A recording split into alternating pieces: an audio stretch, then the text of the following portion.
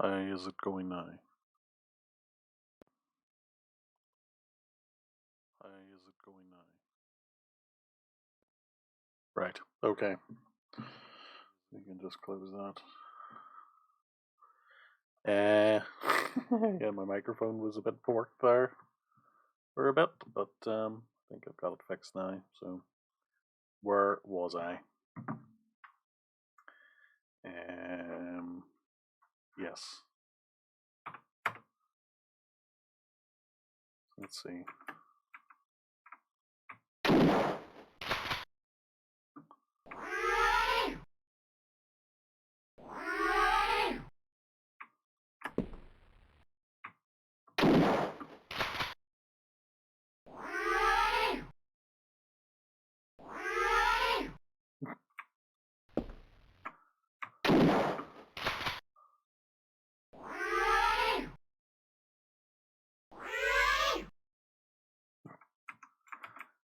And one more for luck. Okay, that's me out of bullets. Where is...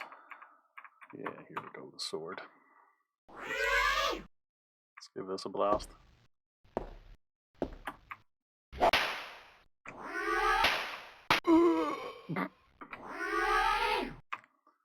And now it'll break.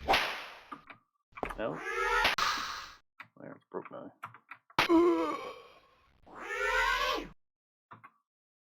Well, it's time to just box him to death. If it is possible to even kill him.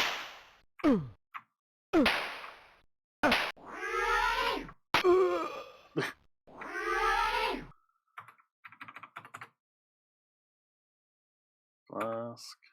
Flask of what? Eat, drink, random flask, sure.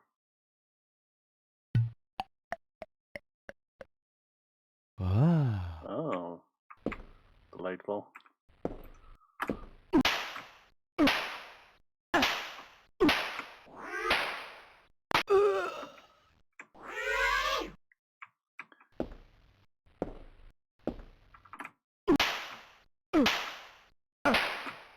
We'll back up. And he does a flip. And we win for more.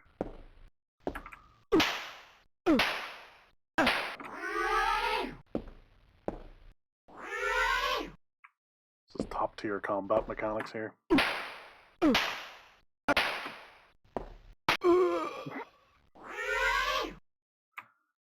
I don't even know if you can kill this guy.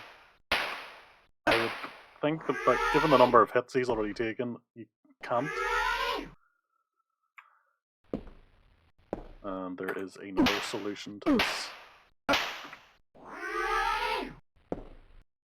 We'll give him a few more biffs and boffs, and then we'll see.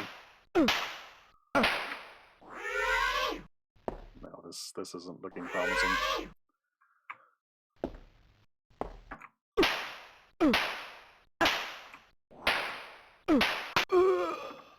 Yeah, no. If you are supposed to kill him, then that's a ridiculous amount of health that he has.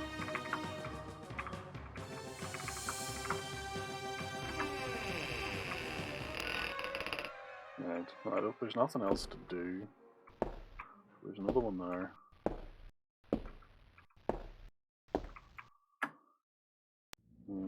Doesn't seem to be anything to find. Slowly amble over to this other one. I really wish I knew how to make him run. Ah! We can make him... Oh, there we go. He just randomly does it. It must be... I don't know, maybe that's to be an enemy nearby or something. I'm pretty sure this floor is going to collapse if I stand on it, but I'm not sure what else to do. The end! Okay, well, what, you don't even get the, game over cutscene, it just is, that's it. Right. We'll explore the rooms a little more.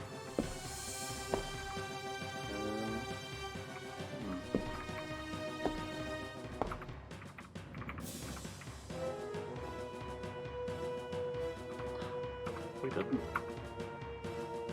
Vase. Throw the vase. Perhaps there's something in the vase.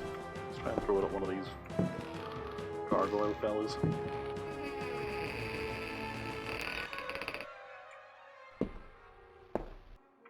Right, mate.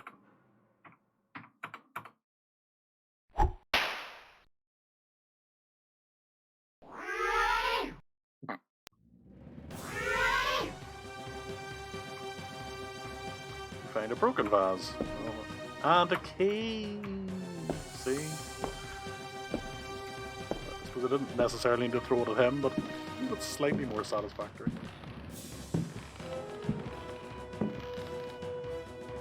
No, this dresser was locked open.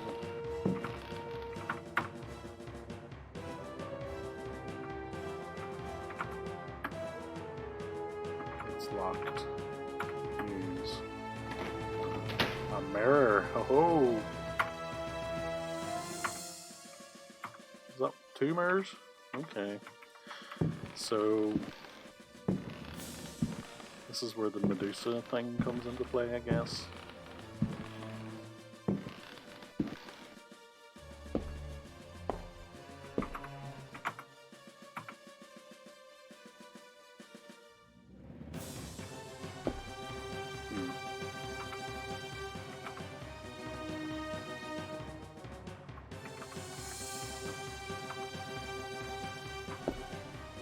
Oh, these sweet fellas, maybe? Yeah. Alright. Mind your neck in there.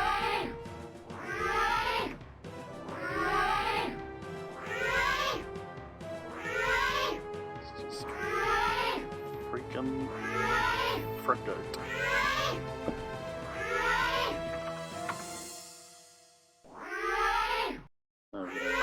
Yeah, just put that one on the ground, sure.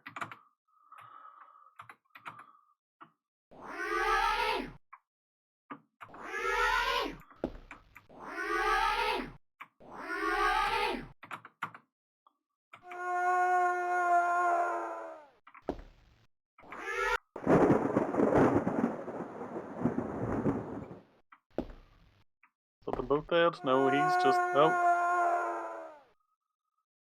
Well, there you go. I'm not sure that solution made any sense, but it's what it is, I suppose. We're definitely going to save now. Oh.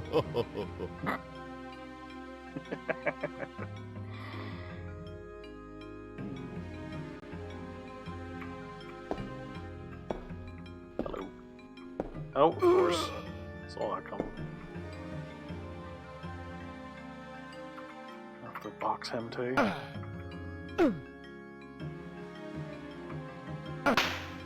Yeah.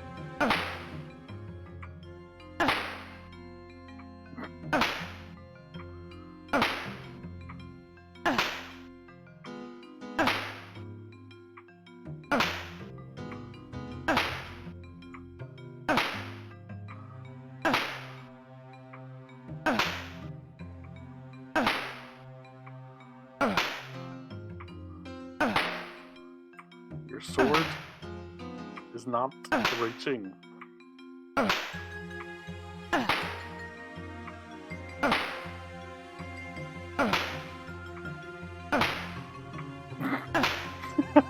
Come on.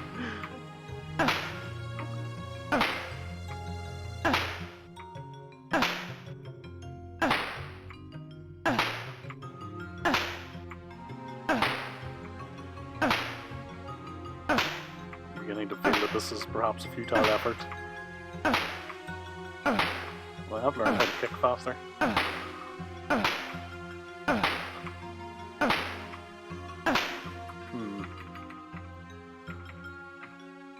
Is he killable?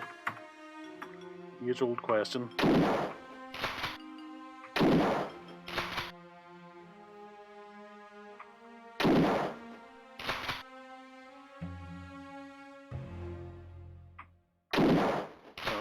missed that time.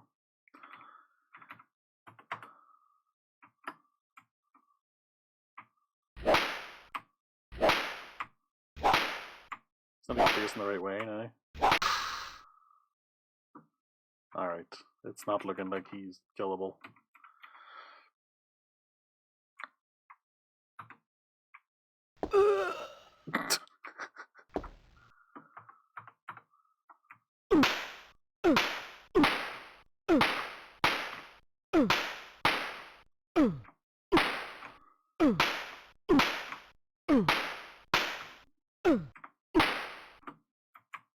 Right, okay.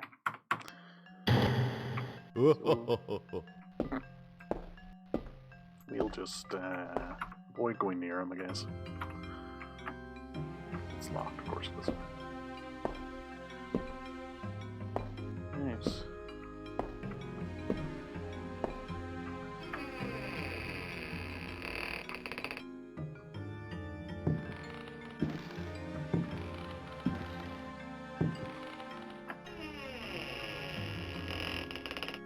Oh, it's in here.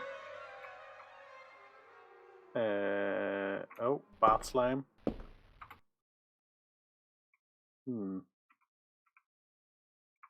Why do I want to...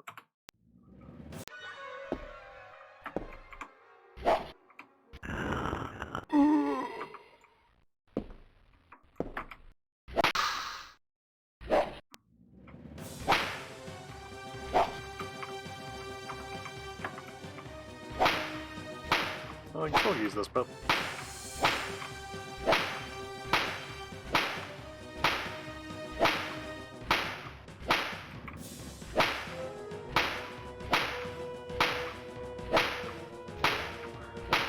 Come on.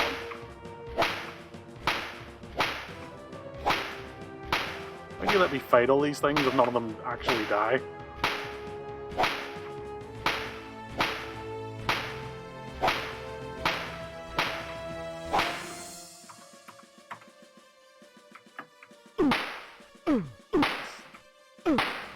Punch the bat slime to death.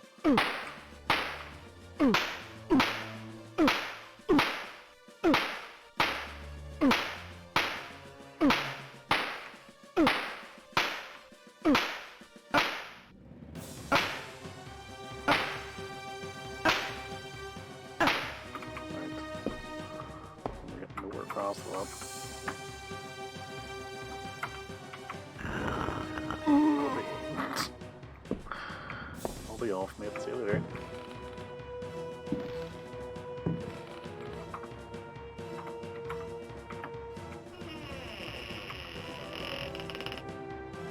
This room is in the dark. Oh, just like the title. This lamp is off. Well, how about we need it not off? Reload? Reload the lamp. You have no oil. Oh my god.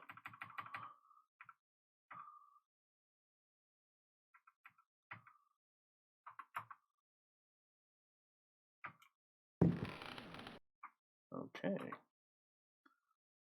That's useful.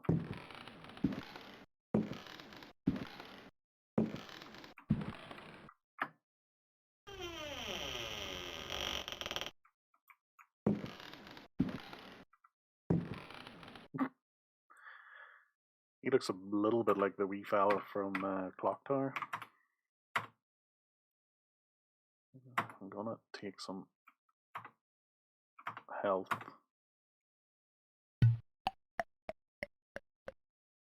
Wow. Where's my other...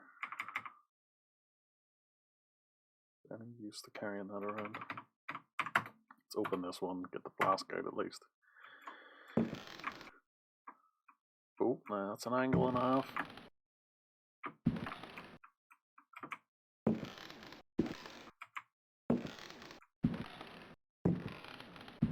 Something gonna come through one of these windows. Oh!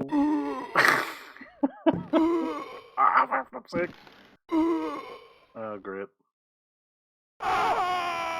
Great. Well, to be fair, I wasn't expecting that at all. That was a surprise. I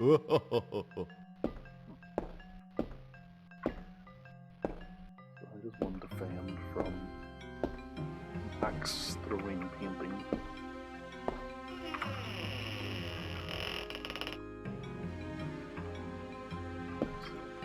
Here. Yeah.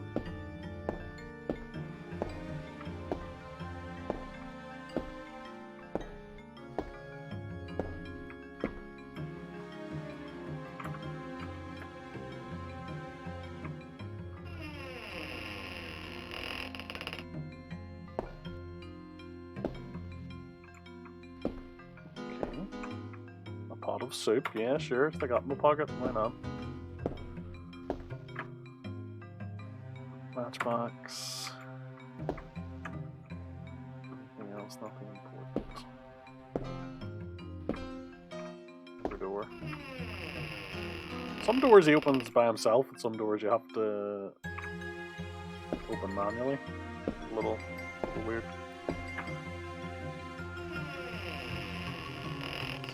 Salad.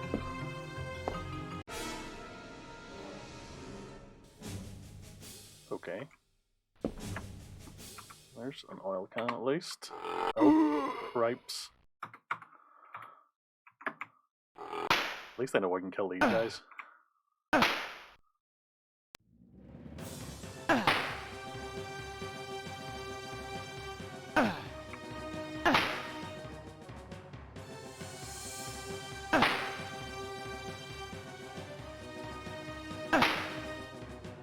Still loving the funky, old-timey boxing stance.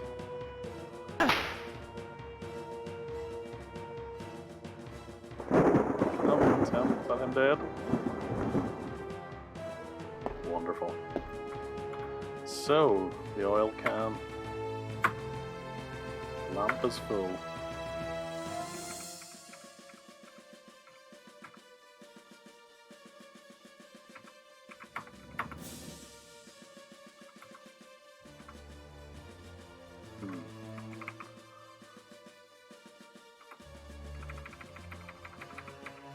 Does the lamp work now?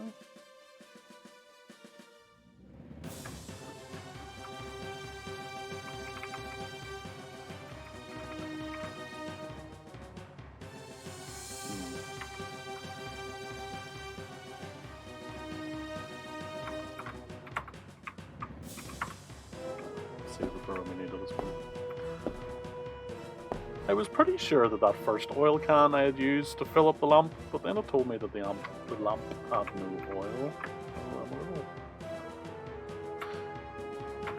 Is that 2 knives? No, it is indeed 2 knives. Never have enough knives.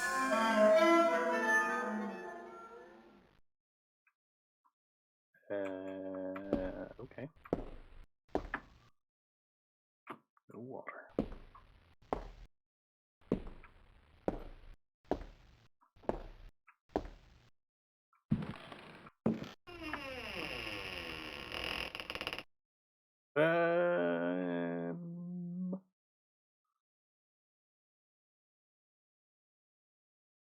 Okay.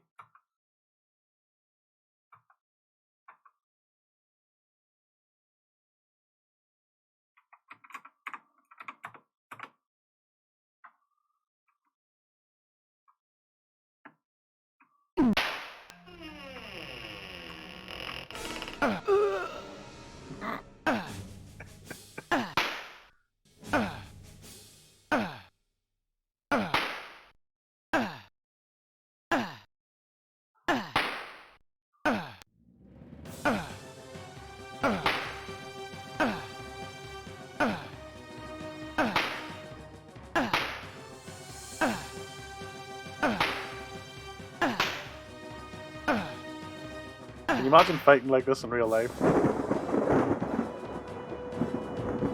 Just constantly kicking in the hope that somebody walks into it.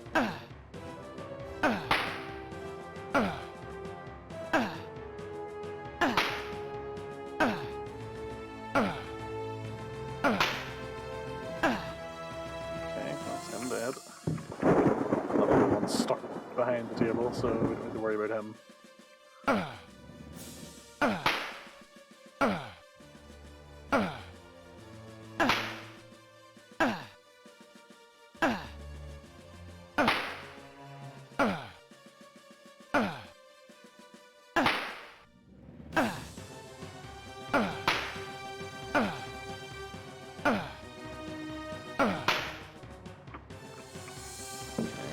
That one taken care of. We'll take this fella out. Since he's... Oh, crikey. No.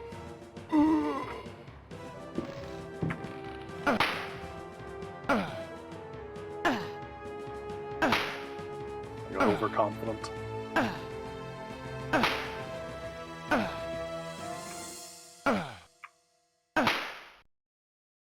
Come on.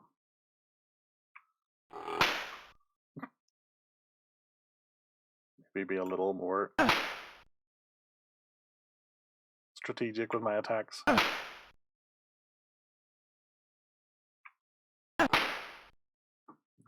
so that's him. This fella left now.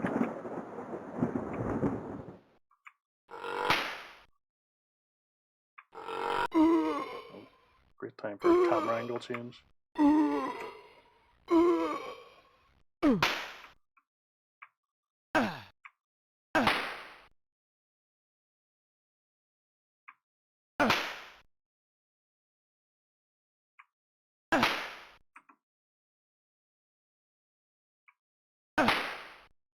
There we go.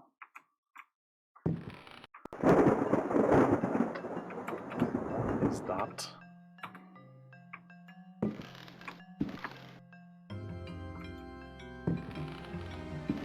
Hopefully that was all worth it.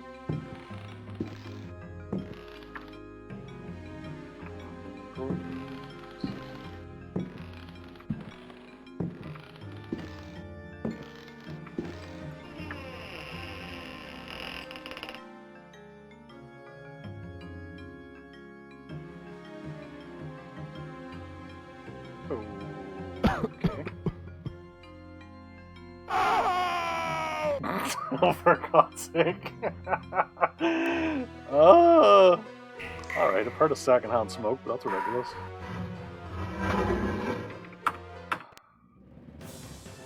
Oh.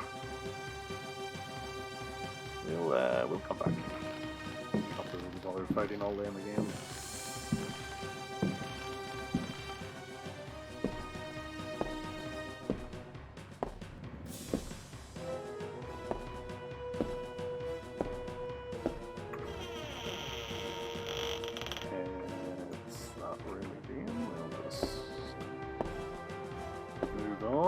It's locked.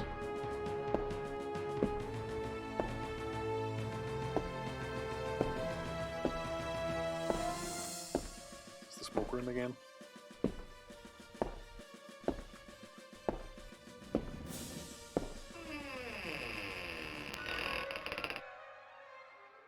Oh, great, a pirate with a... This is a good candidate for the gun.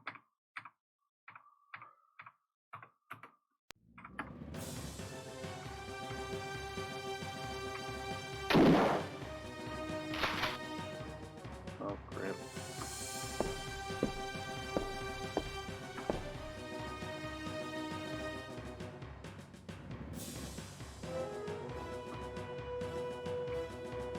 Did I get him?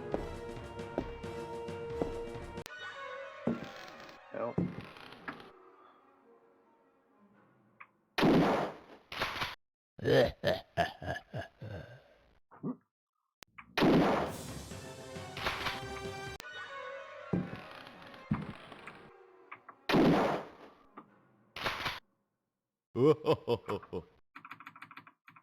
Hmm.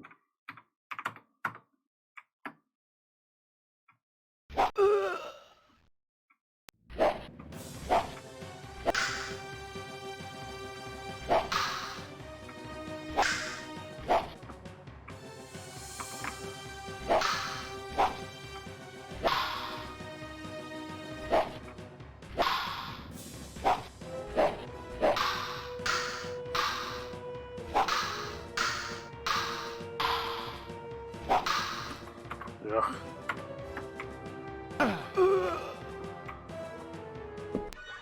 Give him the old one too. Oh, for God's sake. At least he can't follow me out of the room, I suppose. Of course I do.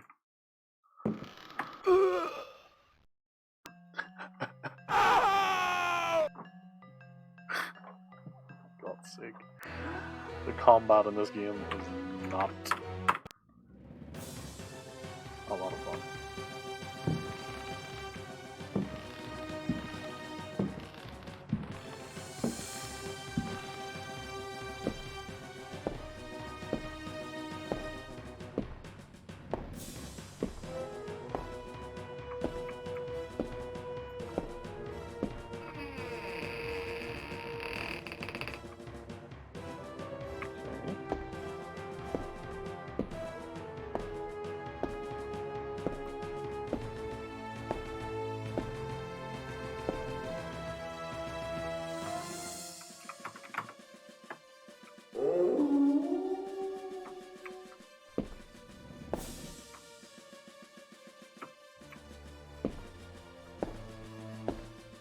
I've heard that wolf sound several times now, and oh, an arrow.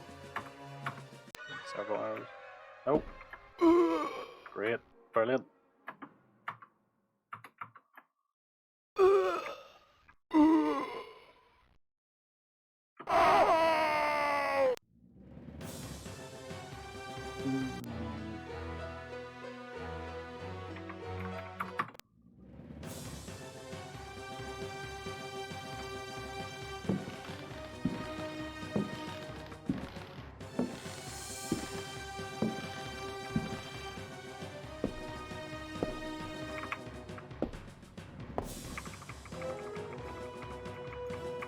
You can move ever so slightly faster if you just sort of slide. That one's locked.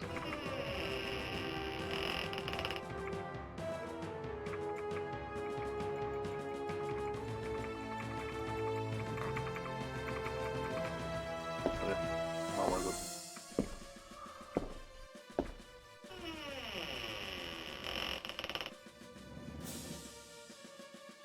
Okay. What is this?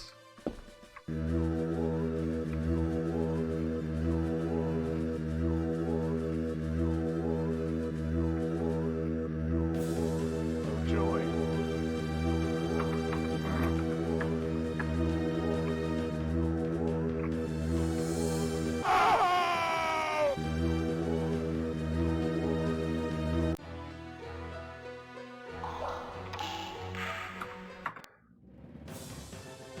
Every room contains a new way to die. What do I have anyway? 2 knives. Let's see. Knives, matchbox. Let's see. What the heck is this suit for?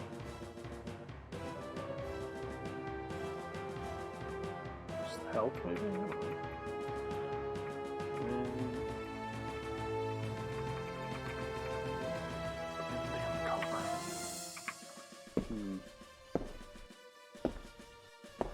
There's another door here.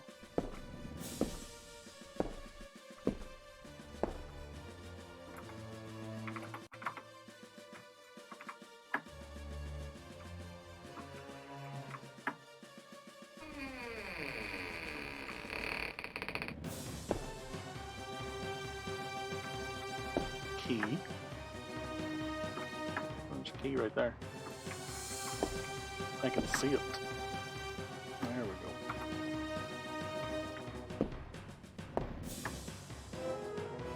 A biscuit box. Oh, you see? His eyes are not attached to his face. There we go. No wonder he has such a hard time fighting.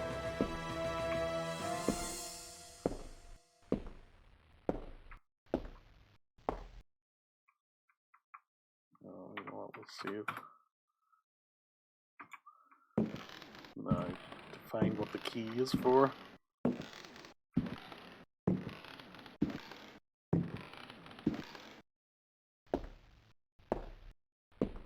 There's a locked door over here. Give it a try.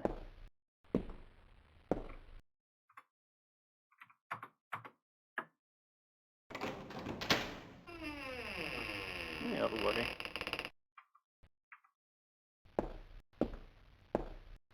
The wine cellar.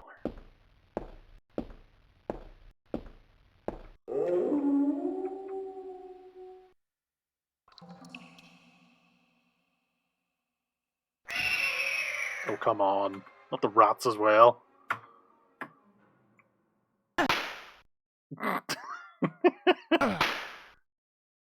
There's no way a rat could take this many kicks.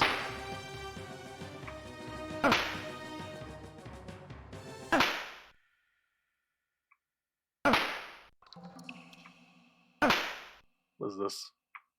The juggernaut of rats?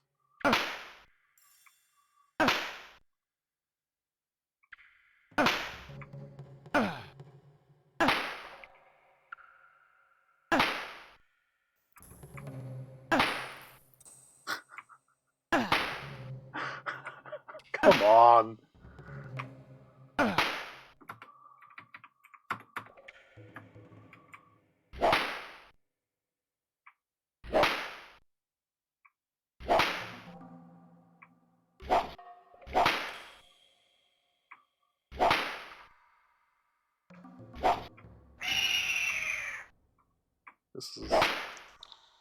This is ludicrous. Like, I can understand like a demon not being killable with mortal weapons, but a rat? He should be a mushy paste at this point.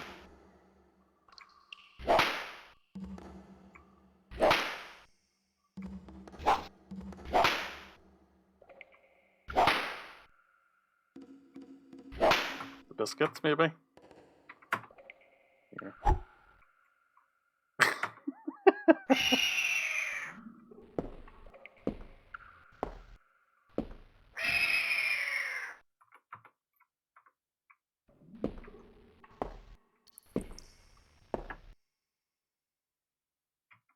Some bullets. He just seems to be shouting at me.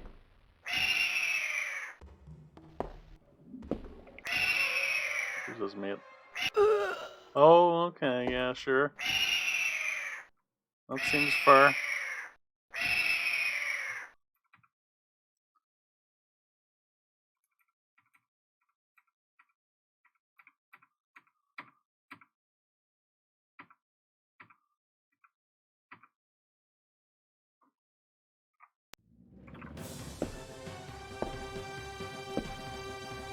Oh, here comes more. Fantastic. Did he just attack the other one? Great. Great stuff. Important.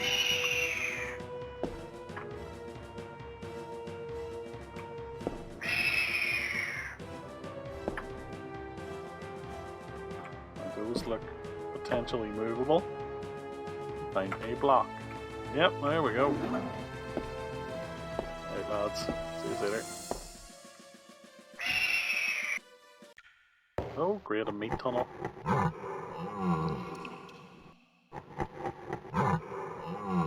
What is this now? A worm? Right. I know this is futile, but I'm going to try and fight it.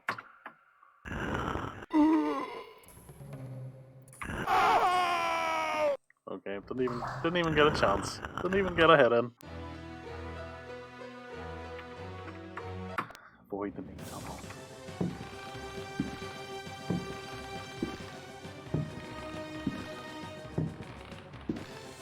So the wine cellar. I just had some bullets. Bullets and a worm tunnel of death.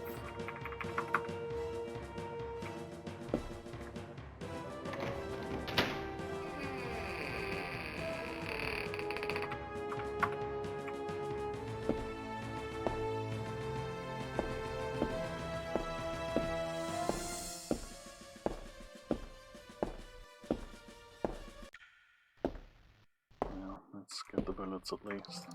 Any of these shells have anything? Yeah.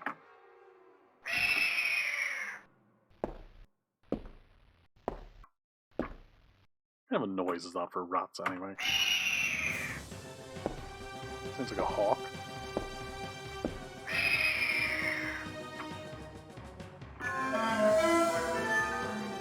Okay, new sound, brilliant.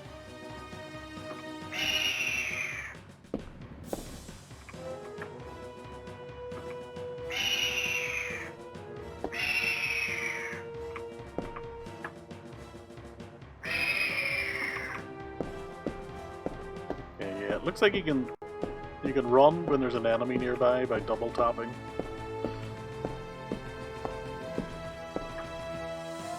But I think it's only when there's an enemy nearby.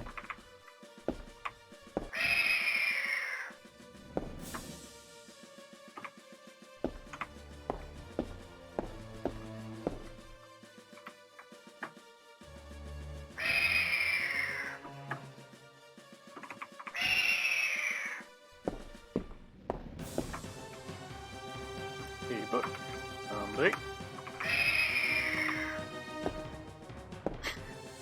Yeah, they can attack each other, which is interesting. Oh no, come on. Should have seen that coming. Well, at least I know which shelf has something on it.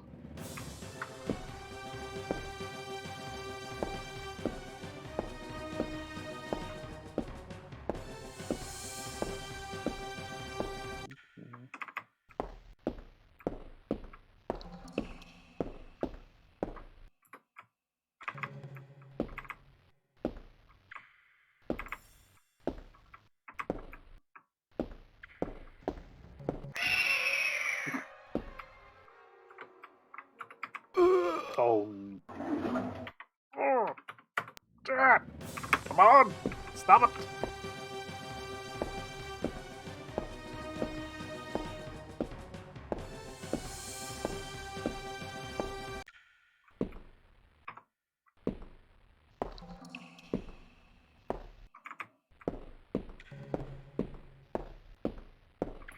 Take the bullets. Rushed by the barrels this time. Right. Actions, open search.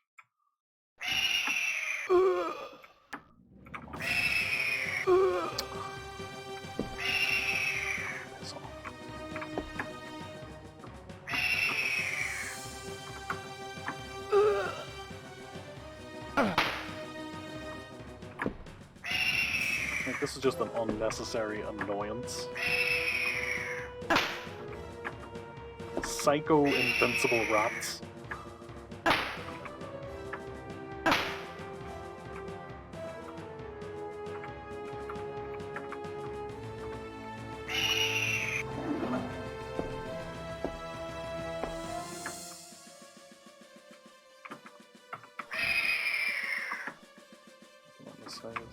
Right, time to leave the basement for the wine cellar.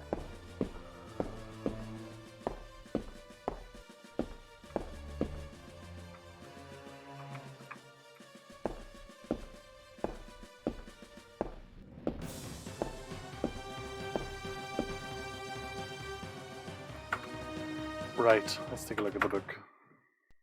The Trial of Captain Preggst, as reported by his faithful companion Elisha Smith, known amongst his fraternity by the awful name of Captain Ellie Hell.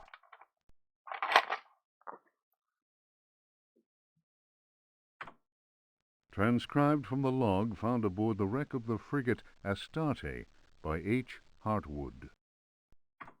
"By all the devils!" roared Preggst, glaring at William, the judge. "Curse it, Will! It'll take much more than every cannon in the blasted navy to make me change me mind. You're the greatest blackguard that ever joined our fraternity. Am I not Preggst, captain of the Astarte, and bloodiest villain in all the seven seas? Bloody Ezek, they call me. And you think I'll tell you where I hid my treasure? The tribunal of the Corsairs' fraternity murmured at this. Preggst was indeed all he claimed. The judge, One-Eyed William, slammed his fist on the table, and silence was restored. "Shut your mouth, Preggst! You didn't pay the fraternity its rightful share, and that means only one thing. You'll hang by the neck from a yardarm, you scurvy cur! Here's the rope twisted by Satan himself. You threaten me, Will? Many a man better than yourself has lived to regret holding a cutlass in my face. You'll be begging for mercy, mark my words." That shook One-Eyed William, and no mistake. Danny waved his hook in the air and shouted, "Preggst was always a loudmouth. The law says we hang him." The jurors took up the cry, "Hang him!" It was Preggst's turn to slam his fist on the table. He threw back his head and roared with laughter. "You fools! You want to kill what will never die? Try it!" Once more, the assembled Corsairs murmured. There was unease in the air. They remembered what happened to Chuck, the gizzard slitter, the man who opened his mouth once too often. It was night, and a bitter wind whipped the New England coast. Snug inside the Dead Horse Inn, one of the Astartes men was talking. His name was Chuck, and his subject was black magic. He told stories of human sacrifices, voodoo rites, and zombies. He told a tale of a time when their luck was down and they were holed up in a Florida swamp. Preggst went missing. When he returned, he shouted, "'Tis the devil that guides us now, me hearties!" Whether that was true or not, the Astarte began taking loot after juicy loot. The favorite song of the Astartes men, "Crash the Bones," was replaced by a new one. "A skull, go to port saber, to starboard, pass over that will, and with death you'll deal. If you cut a rope, cut the right, I hope, or then, I don't mind, the death you will find." The next day, as you may have guessed, Chuck's body was found with a dagger plunged between his shoulder blades. Chuck's face was fixed in a ghastly grin. Molten lead had been poured down his throat. Whatever way things happened next, and I don't have the details, Preggst was with us again, and we set sail for Florida. We anchored the frigate not far from New Orleans. Taking a few trusted companions with him, Preggst set off into the swamp. They carried large wooden chests with them. 2 days later, we heard shots being fired and screams.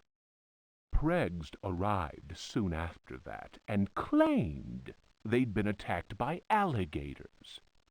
He alone managed to escape with his life.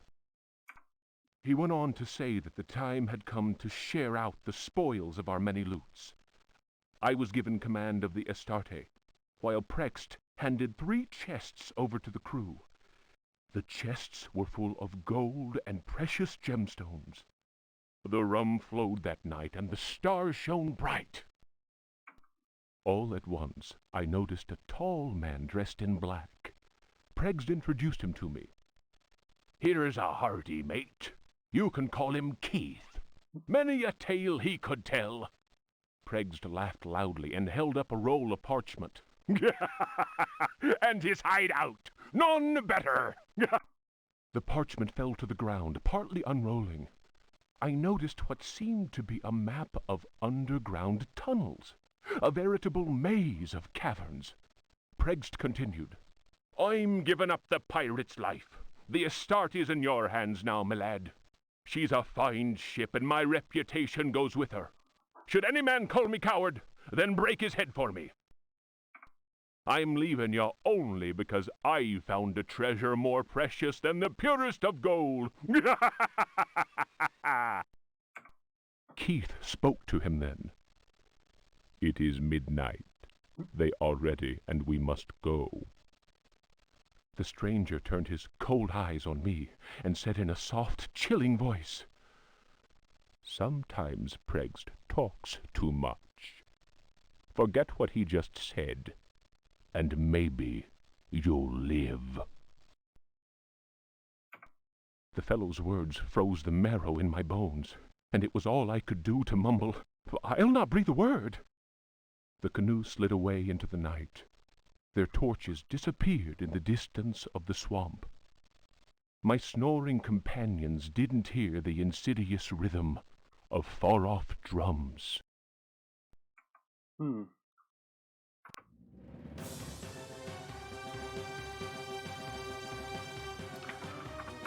Well, there you go. Not sure what I was to take from that, but perhaps all will become clear in time.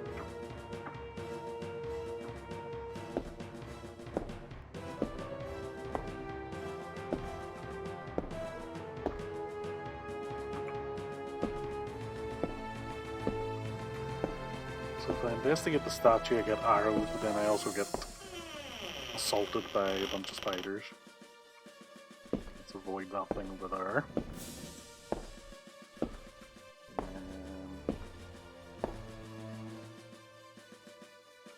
Okay, they're like dancing couples. Ooh, a record.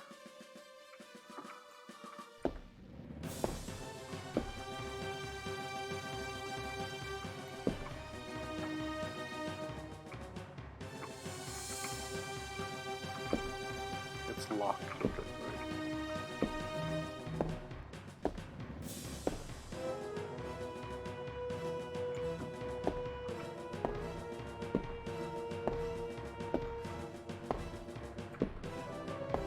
Trying to avoid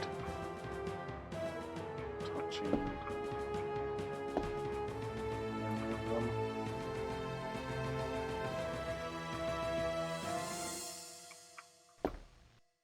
So I need to find the record player.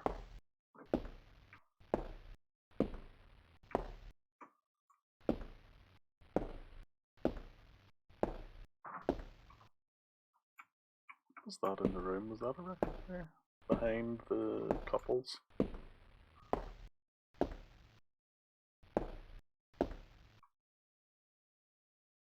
Don't know what that is.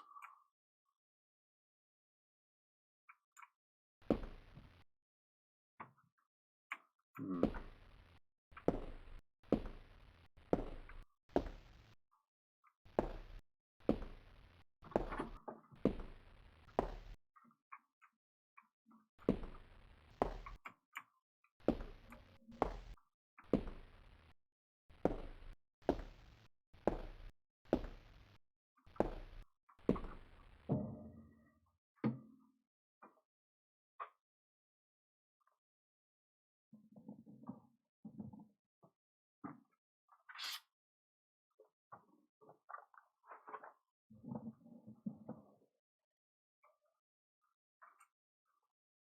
Hmm.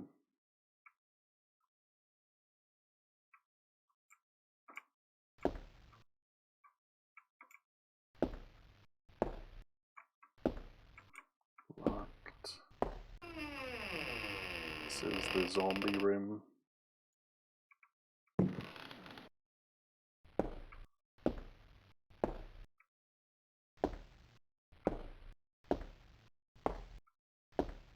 Locked.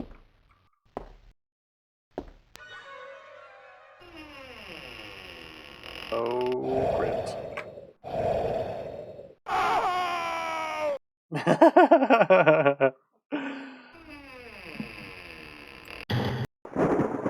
Okay, yeah, sure, why not? It's the big old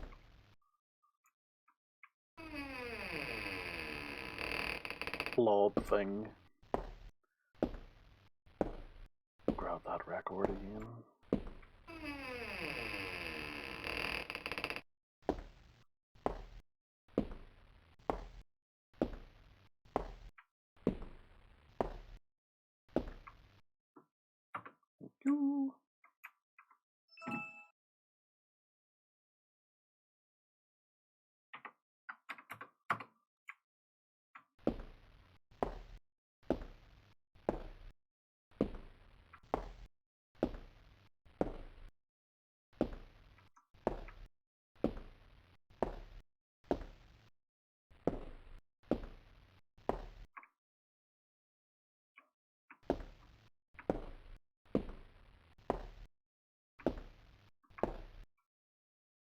So let's see.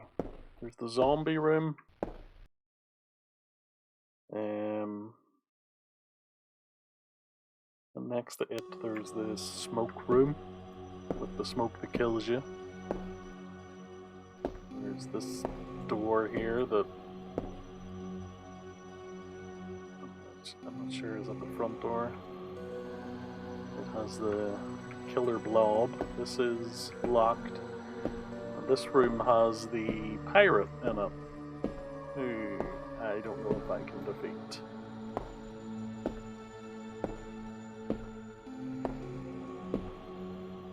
Maybe we'll go back upstairs. Take a look around.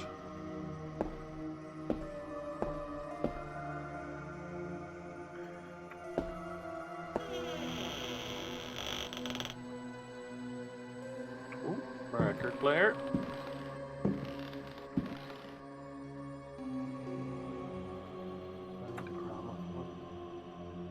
Why would I want to pick up a gramophone?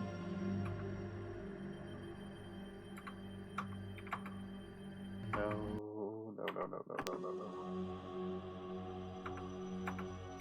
This one. Can I go? Right. Drop a couple of things, let's see.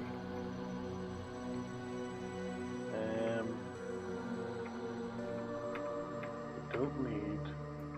Oh, we don't need a broken vase. There is no room. Into the hall and do it.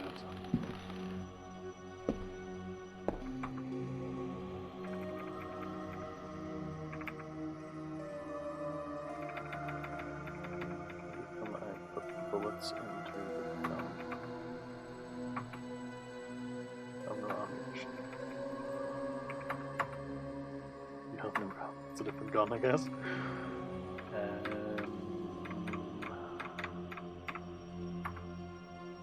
No, we haven't opened that one yet.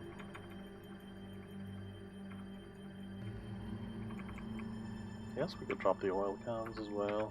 You probably can't refill those.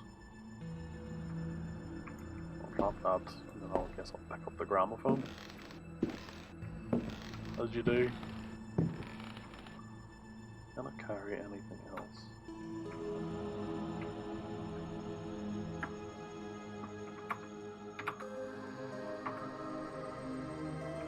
But no. Okay. Back into the hall and drop some more stuff. Oh no, leave it.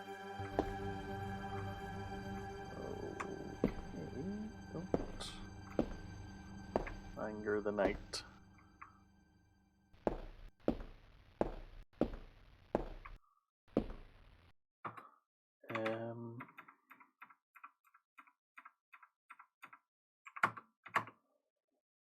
That time.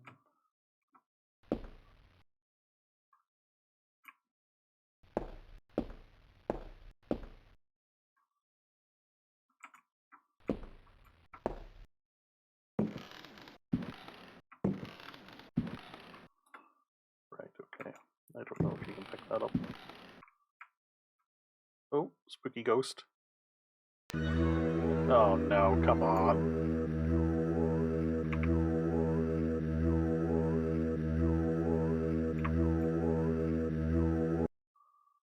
Let's go downstairs.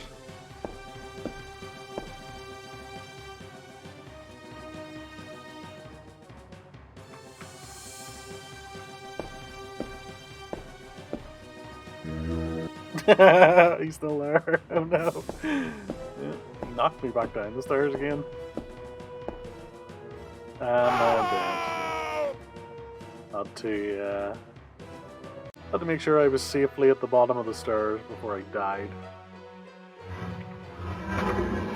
You don't want to fall down the stairs as well as die. That would be highly embarrassing. Okay, so we'll slowly shuffle our way back.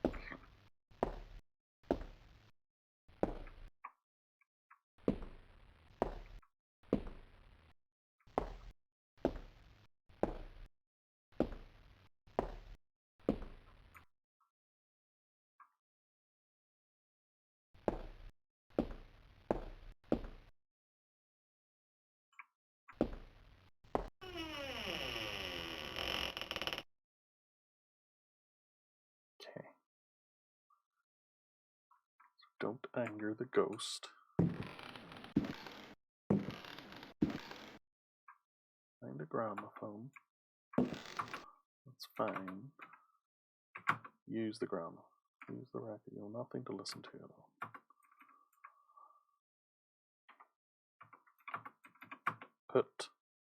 Don't put it on the floor. Put it on the gramophone.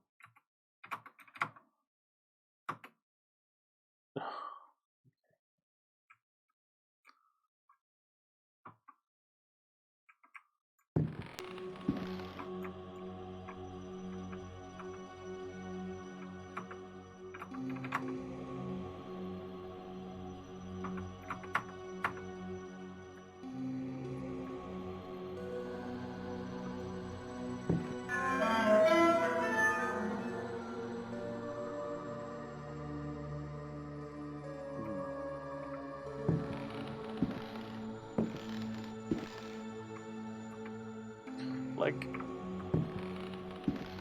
how is the inventory structured?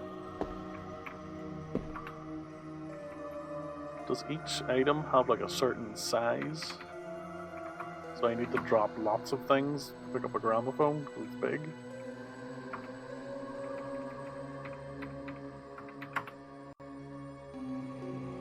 I knew I can. Put down the vase. What else can we put down? The other oil can.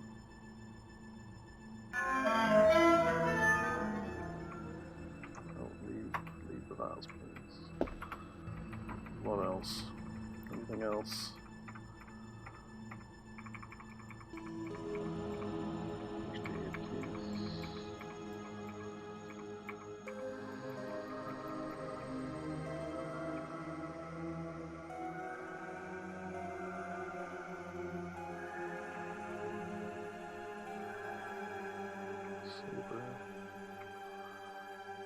Chest key. I mean, I suppose I could drop a key.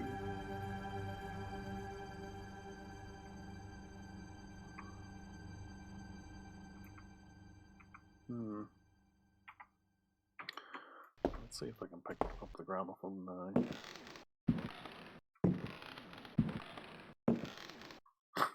No, of course not.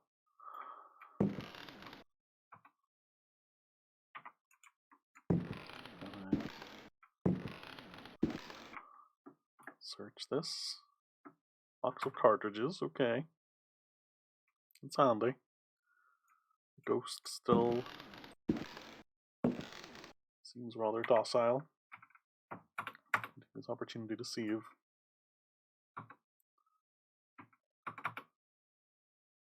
Okay, the rifle's reloaded.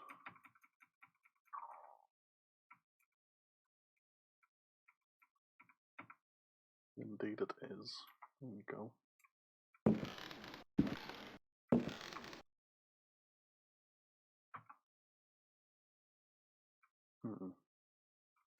Why would you need to carry a gramophone to play a record on it? It doesn't make any sense.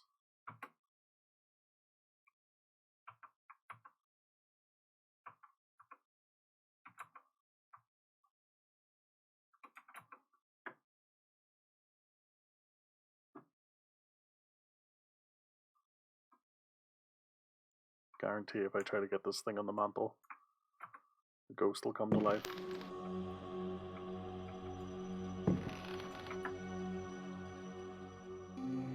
It's just... Don't mind me. Just trying to get your belongings. A poker and a matchbox. Okay. Photograph of Jeremy with his niece. That's the other character, I do believe. Right, I'm just gonna move on for now. No, no, no! Don't mind me.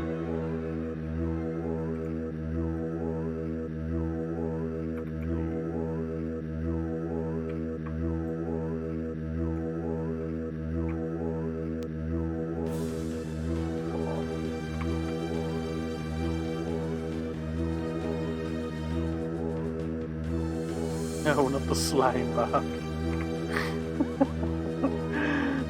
No.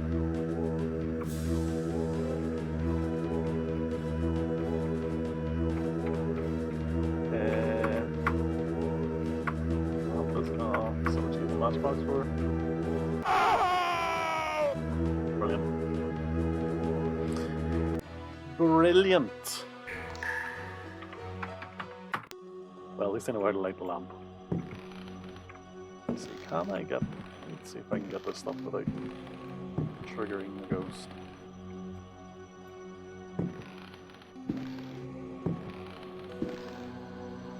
Poker, matchbox. Wonderful.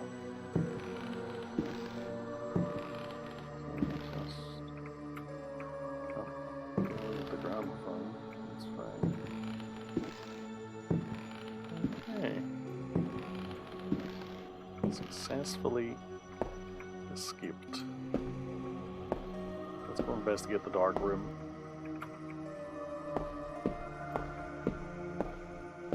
Hey,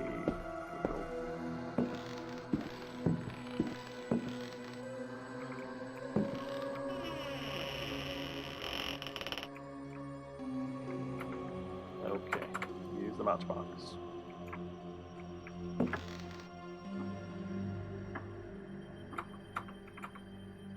Ah, come on. The lamp is already lit.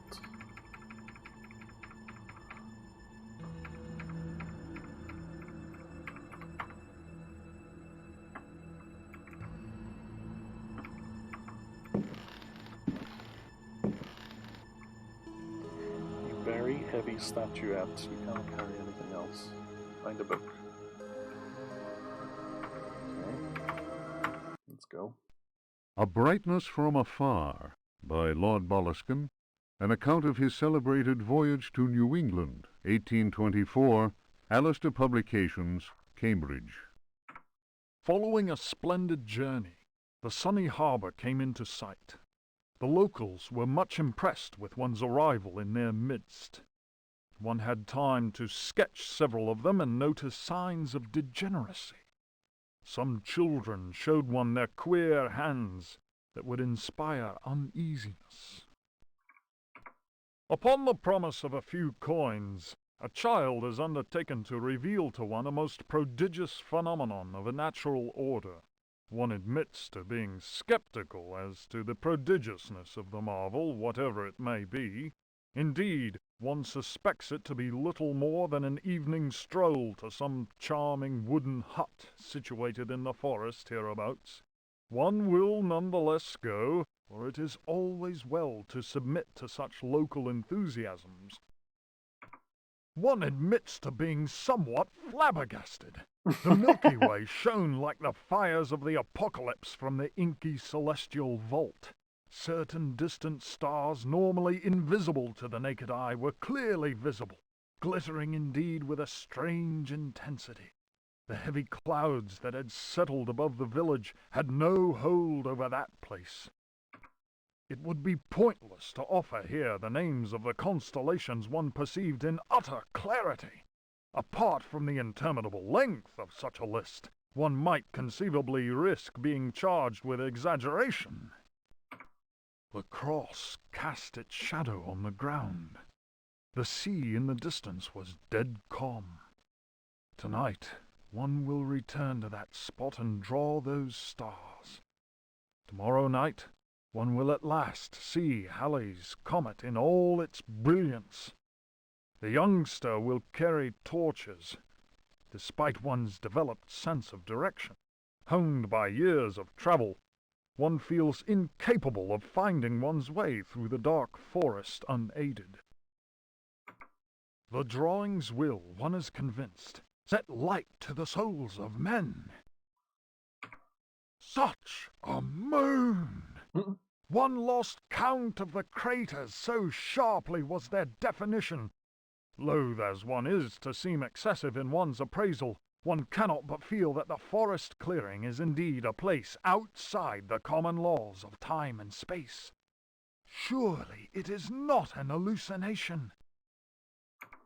How strange to consider that idle conversation, some research in the British Museum, and a voyage to this backward village should culminate in so astounding a discovery.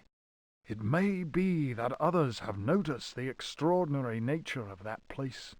How else could one explain the presence of that cross? Hmm.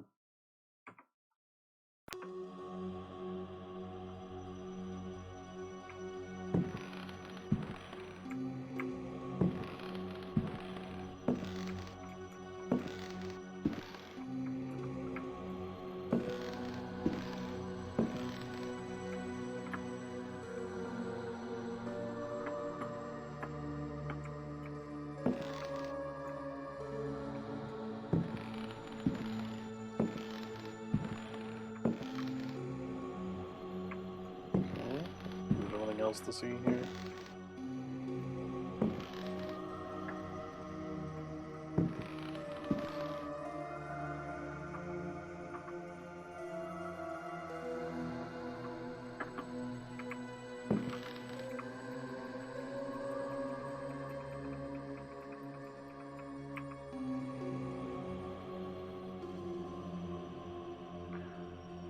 I wonder, can you put the lamp on the floor and then investigate? Because you can't search while it's in your hand.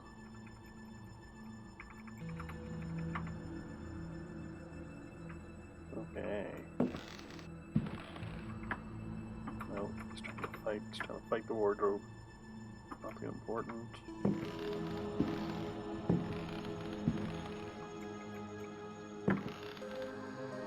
Some bullets, handy.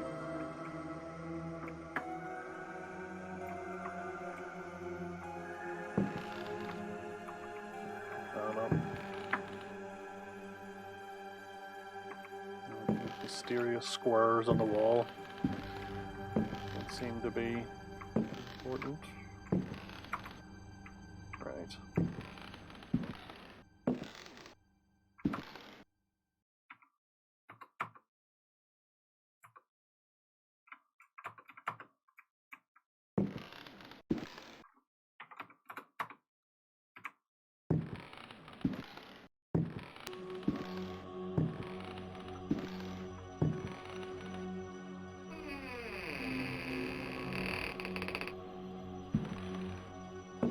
Oh yes. The axe room. Might cut the picture down.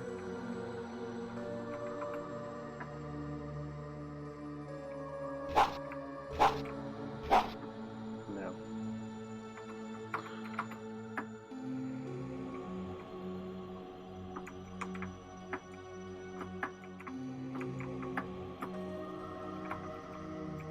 Can I fight the picture? I cannot. Can I push the picture? I cannot. Okay.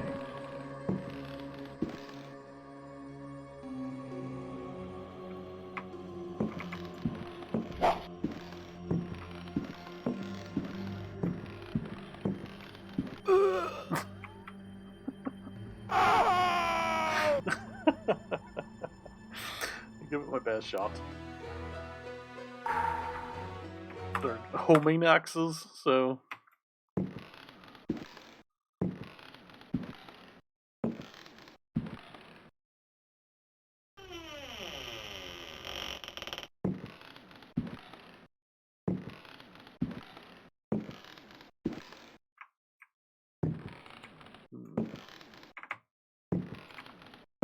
Suppose we can close the curtains, can't we?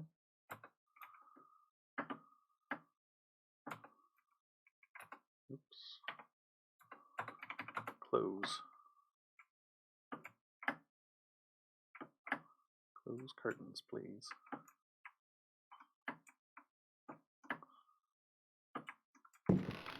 Look at these paintings. Oh, come on.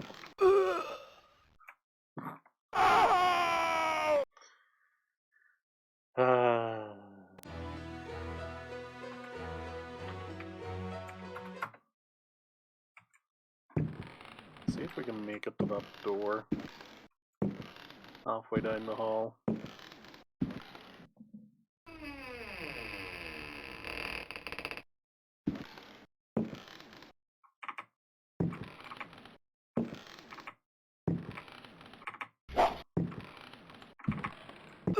No, he's decided he doesn't want to run.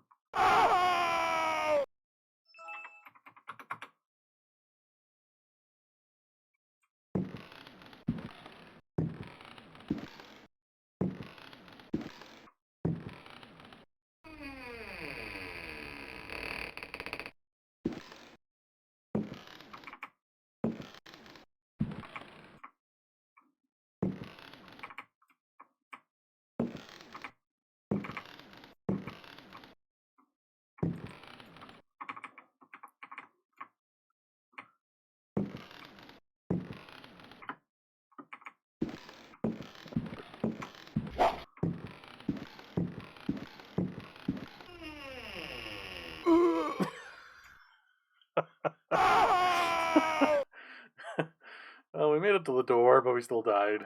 So let's give that a miss for now. We've got slime bathroom, or we have bedroom. Okay, let's take a look. A notebook. Oh, great. It's this fella again. Oh,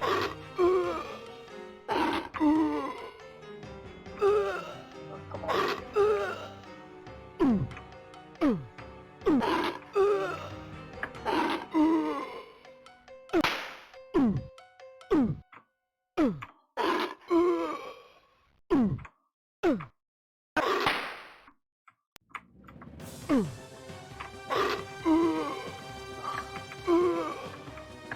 Ugh.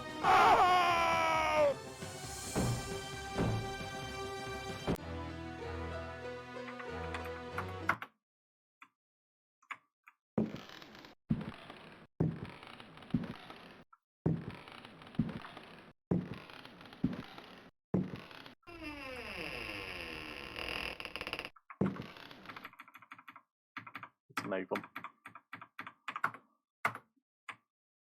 Hey, where are you?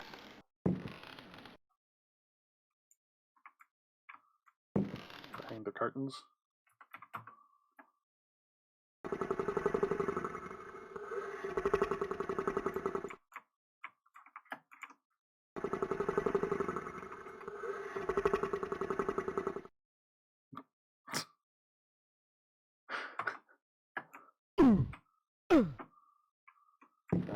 So we need to wait for him to reveal himself.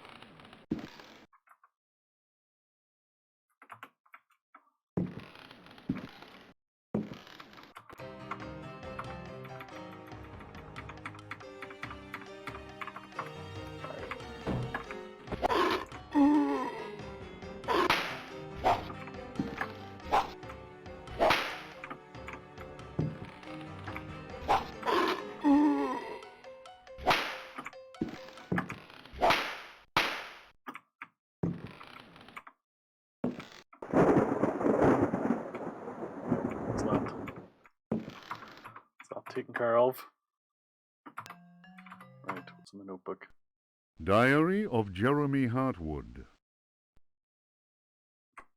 September 27th, 1924. I have decided to keep this diary. Too many inexplicable events have taken place recently. Never have dreams so haunted my every waking moment. Perhaps my romantic mind was too dull, and has only now woken up to these new paths and visions. Some, seeing my recent paintings, may question my sanity. I can only ask them, what is sanity? Where does madness begin? September 28th, 1924. The night is pitch black. I am again drenched in sweat. I was wandering in the dunes, among giant standing stones. They were arranged in a circle, and the wind whistled about them. I plunged my hand into the soil and felt that repulsive thing which was trying to catch me. It seized me. I struggled to break free of its loathsome embrace and managed to tear my hand away. It was covered in sticky substance. I was gripping a knife. October 5th, 1924. The stone circle is a pentacle. Derceto's library is filled with books on the occult. I will study those books until I find some explanation for the dreams. The visions that haunt me must be connected to my discoveries.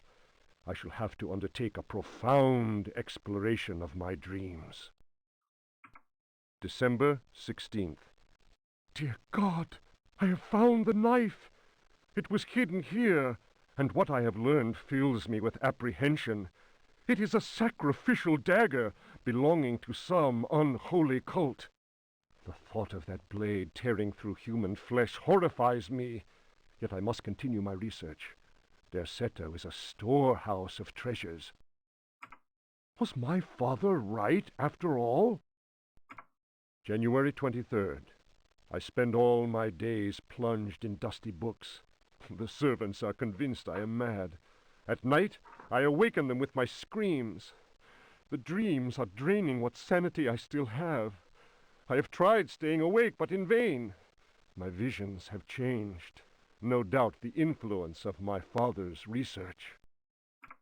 February 7th, 1925. The Dark Man, that is what I call him, has revealed his true face to me. He appeared, as usual, near the fireplace, but this time he approached me.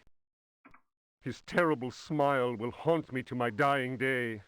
His breath was ice, and his burning eyes froze me. I could not move. I know, as surely as I have ever known anything, that the face I saw, the face that has turned my nights into hellish torture, is the mask of death. March 10th. My exhaustion is beyond description. The endless reading burns my eyes. It seems that pirates frequented the area. Dr. Herbert insists I keep to my bed. I have moved to another bedroom and sleep much better now. The Dark Man has not gone, however. I know it. He will wait for as long as he must. Unless I, Jeremy Hartwood, can find a way to send him back to whatever hell he comes from. March 11th. My poor knowledge of Greek and Latin is a serious handicap to my reading. I have, nevertheless, made a great step forward. I drew the symbol on the floor. He can no longer go there. I want him to understand that I can do the same thing in my bedroom. I can imagine his rage and frustration. Only last night he found his way back into my dreams. March 13th. The translation will seriously dent what money I have left. I cannot paint. My pictures are clearly the work of a lunatic. The collector Thornhill's embarrassed smile was proof of that. March 29th. He has come back. He found the door to my dreams. I am too weary to attempt any defense. I have no strength left to fight, and he knows it. He considers me dead already. Could I possibly? March 30th. How ironic! The cave my father sought for so many years is here, beneath the house. Waits. The butler discovered a crack in the cellar wall. A breeze blows in through it, icy and repugnant. I am filled with horror at the thought of my father dying in this place. I will carry to my grave the vision of his face contorted in the agony of that fatal heart attack. His body was twisted. He had wept. His fingernails were torn and bloody from scrabbling at the floor. Dr. Gray concluded that death had been due to a heart attack. It was Waits. who some time later was informed that my poor father had in fact bitten off his tongue and choked on his own blood. Oh dear. March 31st. I explored the caverns in a dream. The dark man came with me. Strangely, I felt almost well. How can I describe what I saw? No. What words are capable of explaining such evil? I realized that my death was of no interest to him. The dark man wants something else. He seeks a body. His avid servants are now free. I am the cause. It is almost funny. A curse is on Derceto. From the foundations to the very rooftop. I can no longer struggle, let alone eradicate the evil that grips the house. The end is very near, I can feel it. I have taken the decision to... May he who finds this diary pray for my soul. Well, there you go. Seems like he was having a bad time.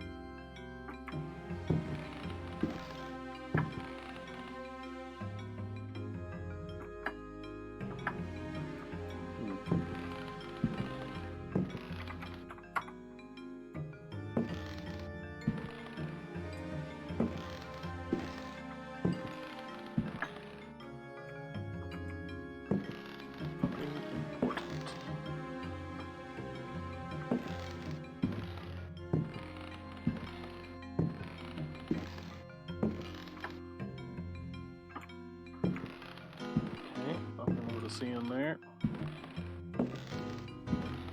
Another look in the slime bathroom. Wait a minute.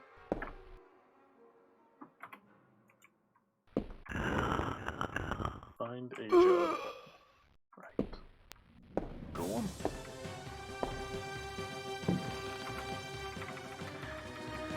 Okay.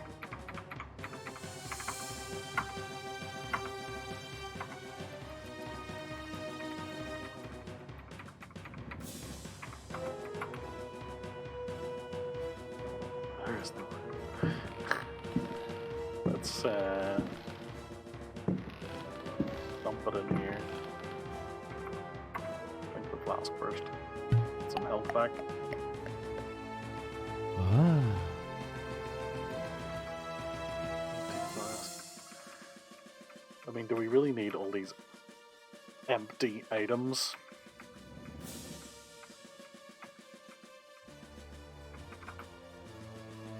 It's kind of a pain to have to manually get rid of them to free up space in your inventory.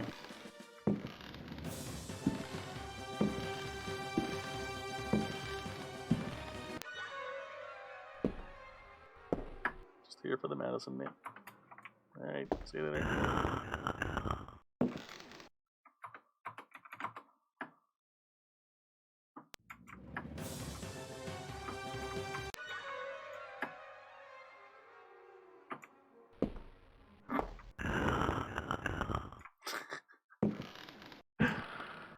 Oh dear.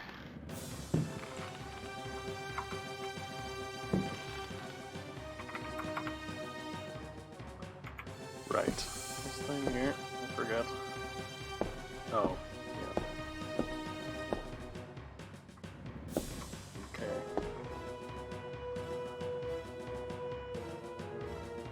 So let's see.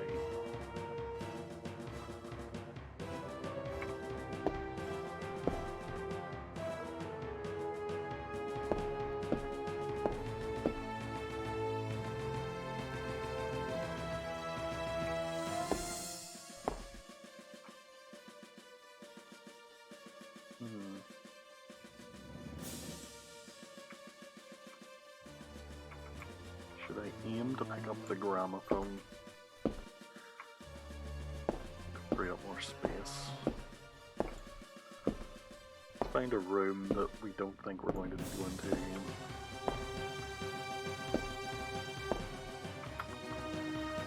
Let's see.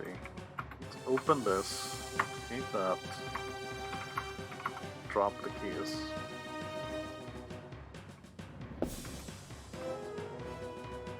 Jug. What else? What else?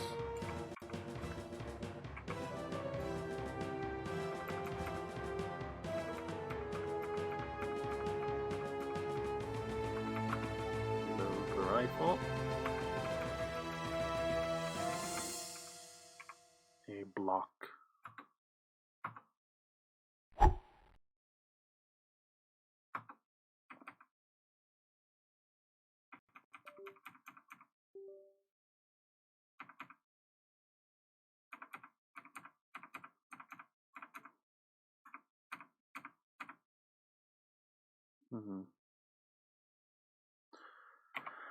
Let's see if that's enough. No, don't pick up the block. Let's see if that's enough space for the gramophone.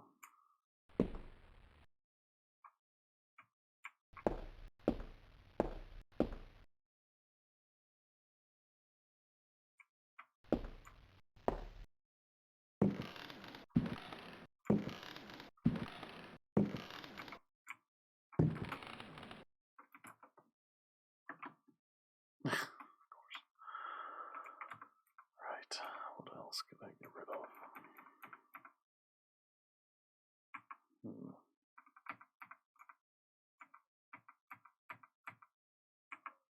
Soup.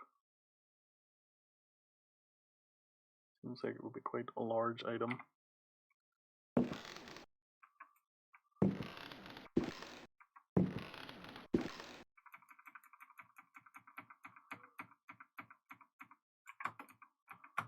that on the ground. Size up. Can I carry anything else? Come on. Do I need like an empty inventory to pick this thing up? Biscuit box. There's no room.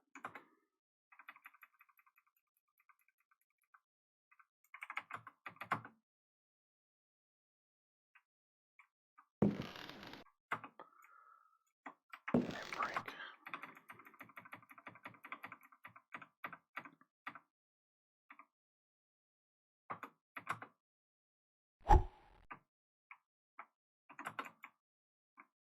Finally. No, don't throw the gramophone. It's the record.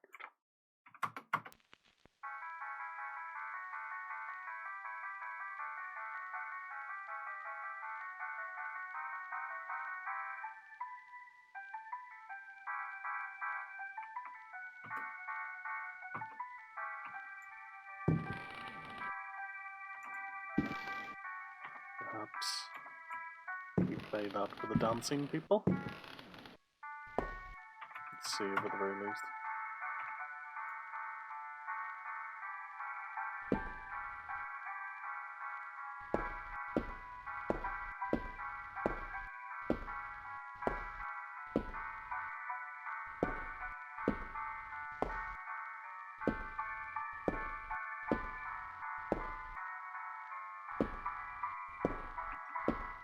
'20s iPod, eh? Oh, I know this is the pirate room. Oh, sorry, mate. Forgot you were in there. I'll just leave you to it.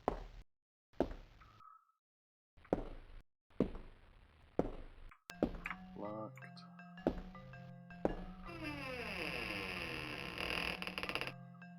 Okay, is that room?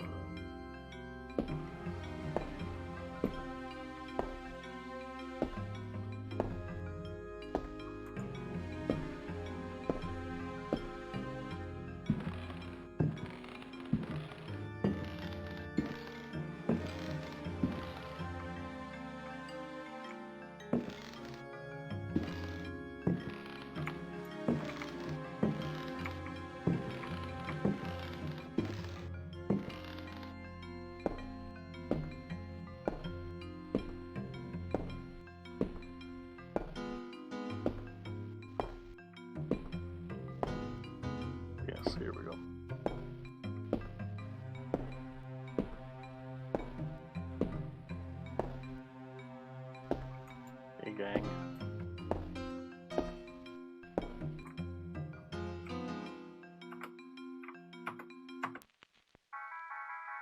They seem to dislike the music. Ah, come on. Yeah. I'm gonna leave the gramophone now.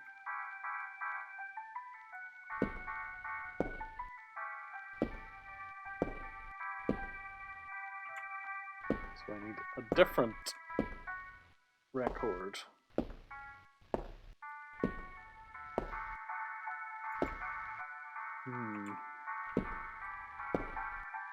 Does one find a different record?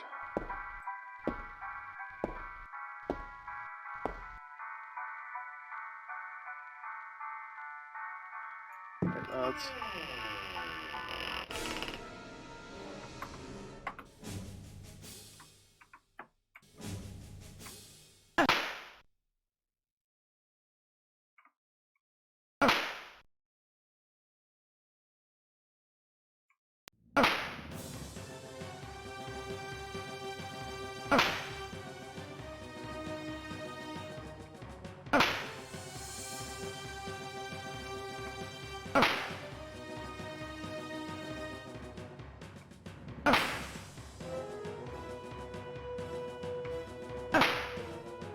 That's him dead.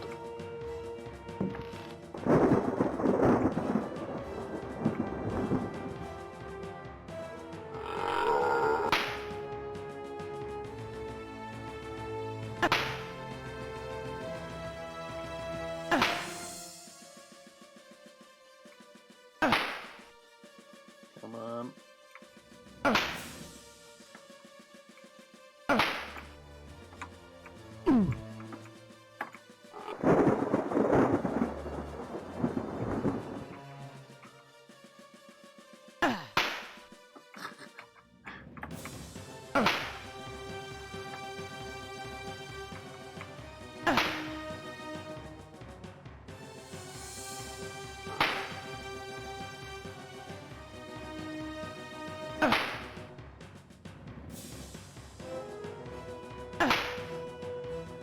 The range of the kick just makes it the only attack worth using.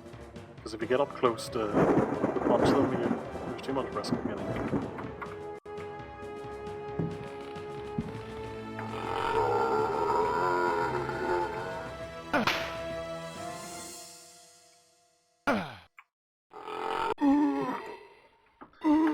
Yeah, he said before getting hit.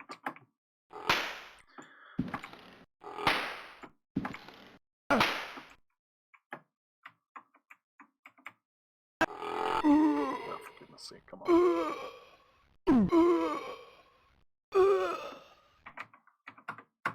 No. Let's try the knife. Is the poker a weapon? No, it's not.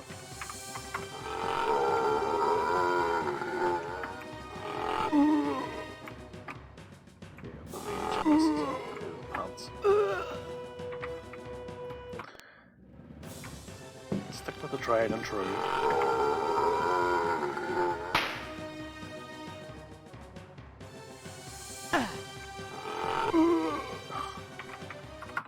Come on.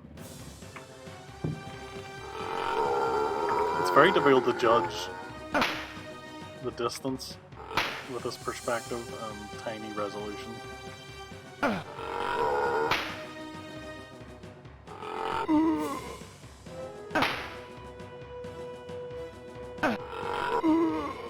Come on. There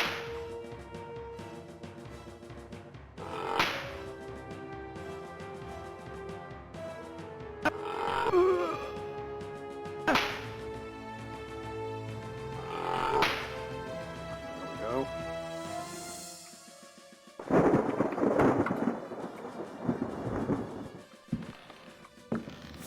One more to go.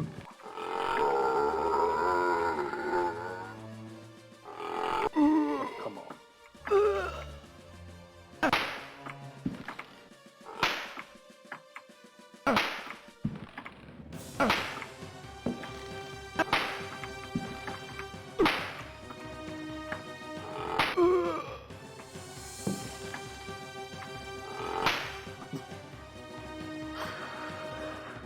Right, okay, that's that. search the room.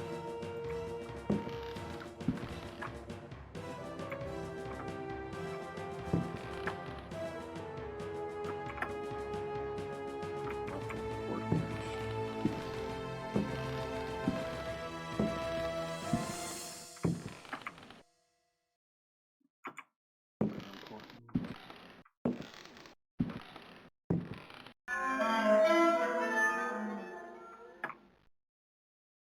Nothing important.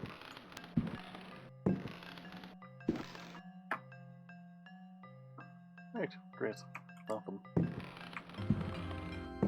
So, there's this room that has the killer's smoke in it. Maybe just. Oh, Craigie, he's still out there.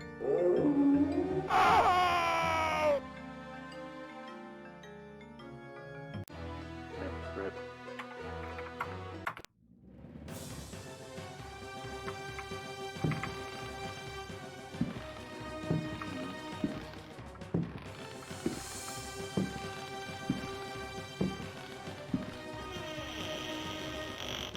Anything I can quickly grab? Is this a lighter? Oh no, what are you doing? I leave. No.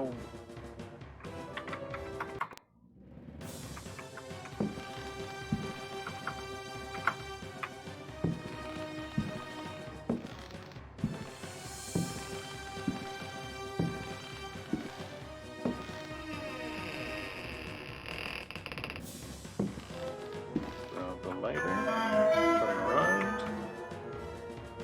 Leave. Don't get stuck on the door. Okay, wonderful.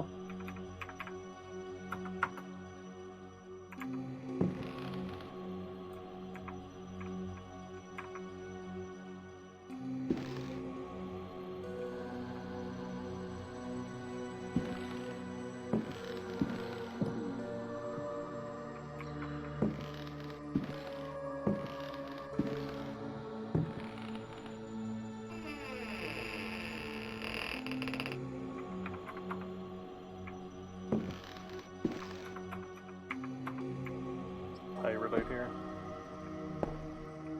Yeah, there he is. Doesn't really seem to know what he's doing. That's fine, I'll leave him to it. Wait, mate, see you later. Nope.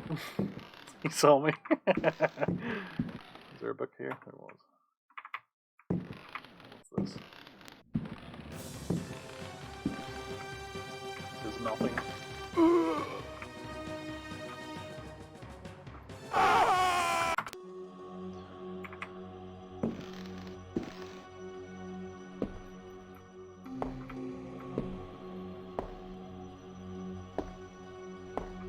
Why he's distracted. See if I can stab him to death.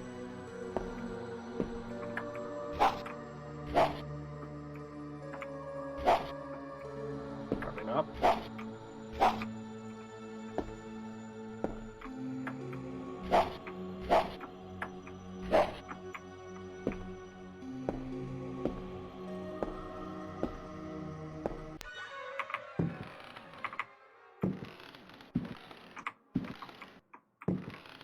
The book. That door's locked.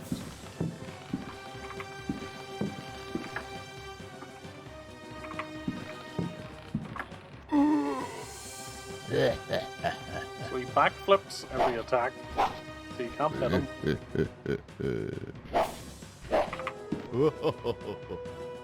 Can't run away from him. That's good enough for me.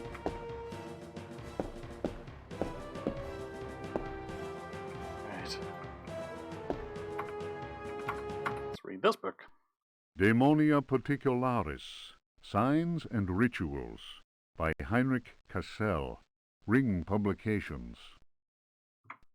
The ritual of invocation demands that the officiant be pure.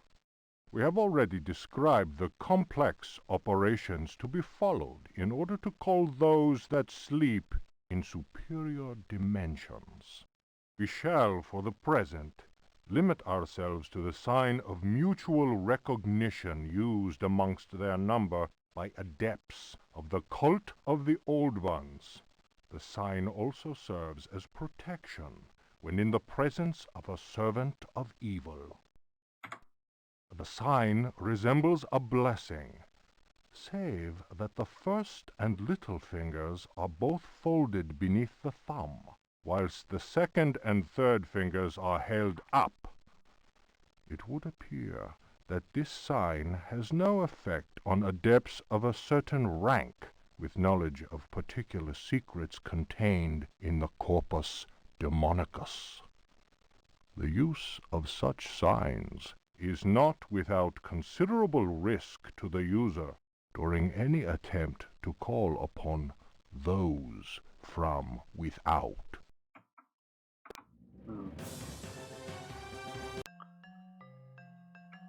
I'm not sure how much information I'm supposed to be taking from these books, but given that the first one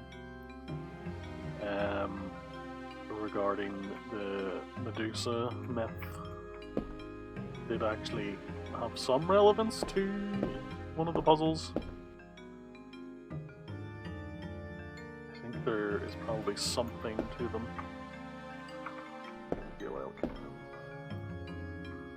Don't disturb the night. It's not friendly.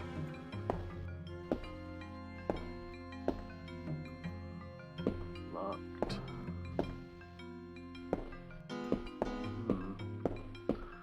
Somewhat running out of potential avenues of exploration. Shall we go fight the blob?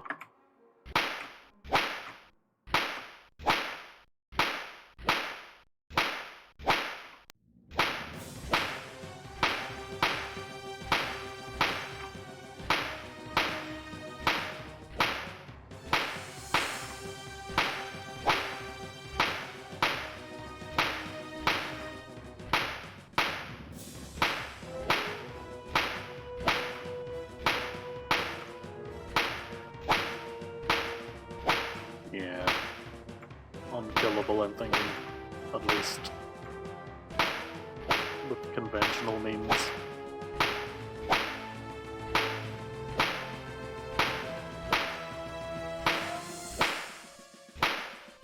Yeah, we'll leave the bath blob to his own devices.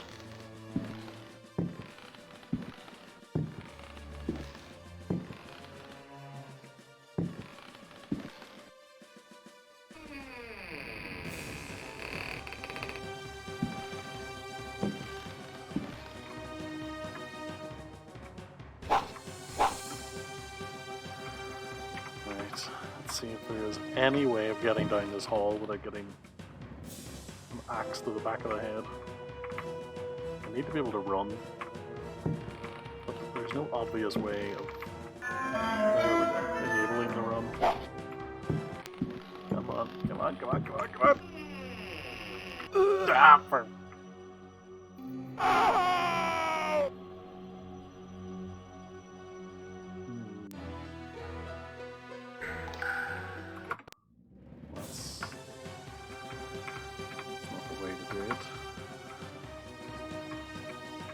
Burn the painting.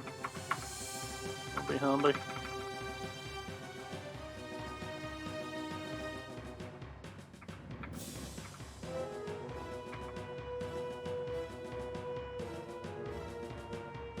What on earth is that for? All you can do is throw it or put it down.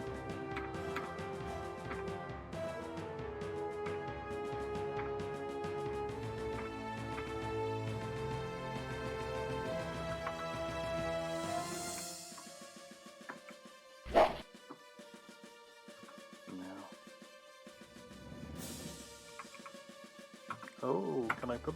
Yeah, there we go. Haha!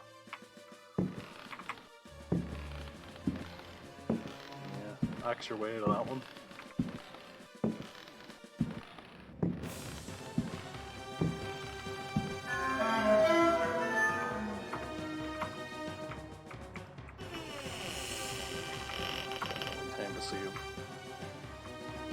This room is in the dark. Well, it's a good job. I have a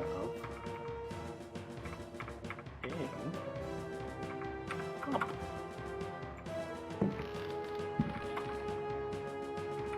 Put that on.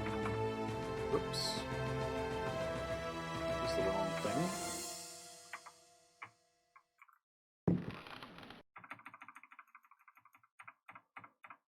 Come on, where is it?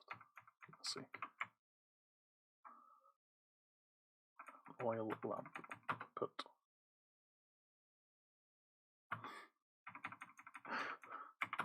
Use. Oh my. What the hell is happening?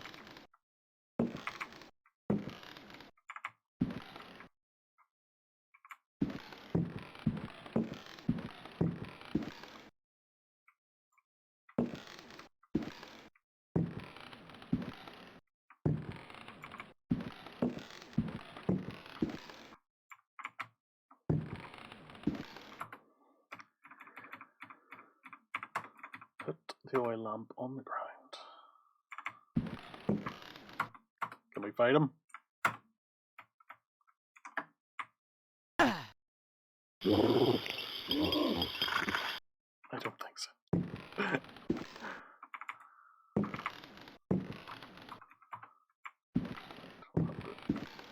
This is clearly something here. Must be a book you have to pull. There's a mechanism to trigger. Wonderful. Why didn't you trigger it?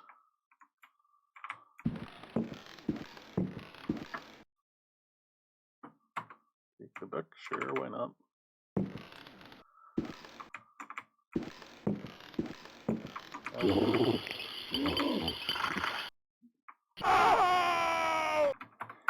Oh dear. Well, I know he's there this time.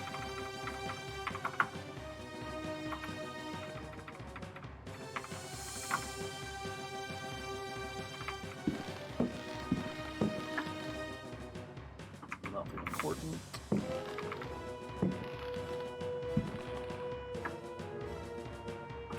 Book.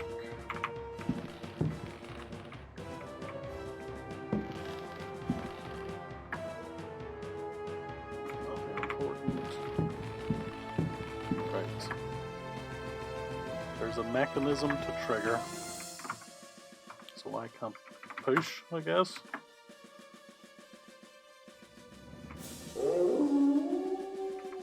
No. Okay. So how do we trigger said mechanism?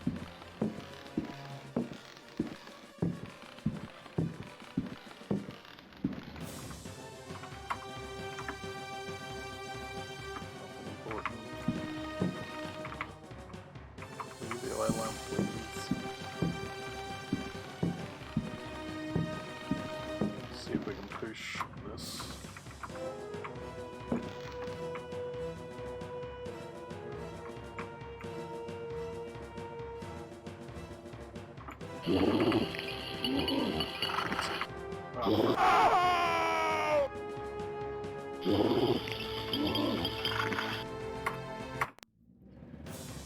We'll give it one more go. And then I think I shall have to call it for the night. And come back to this another day.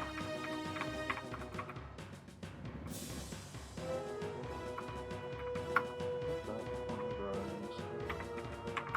See if it ends, we don't have to keep doing that.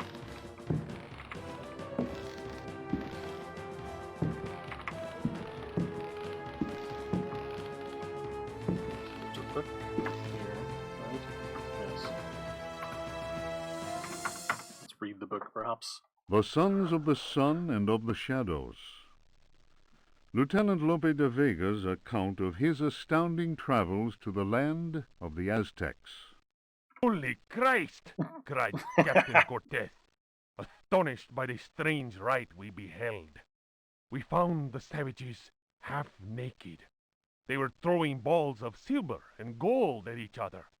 They laughed as if demented, clearly maddened by some heathen drug. And yet, should one of them fail to catch the ball thrown in his direction, the poor devil was seized and dragged off to be sacrificed in their temple.